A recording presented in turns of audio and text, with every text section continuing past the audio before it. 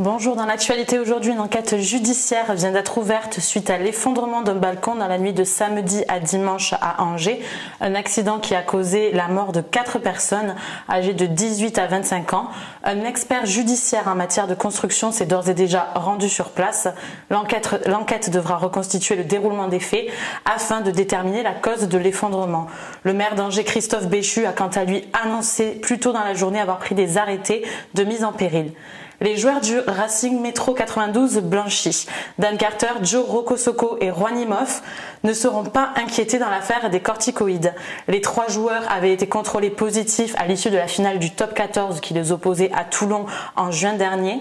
Leur avocat a réussi à prouver qu'ils avaient pris ces corticoïdes par voie autorisée. La FLD, qui avait demandé le contrôle, peut encore faire appel de cette décision de la Fédération française de rugby. Et aux États-Unis, Donald Trump fait encore parler de lui.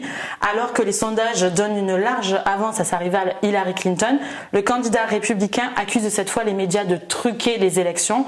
Il remet également en question la validité de l'élection à venir dans de nombreux bureaux de vote, sans avancer aucune preuve. Des propos que ne partage pas le président républicain de la Chambre des représentants, Paul Ryan. Une divergence d'opinion que Donald Trump considère comme une attaque personnelle. Alain Juppé ne veut dissuader personne d'aller voter aux primaires de la droite et du centre. Il déclare ne pas avoir peur du suffrage universel. C'est ni avoir fait appel aux électeurs de gauche.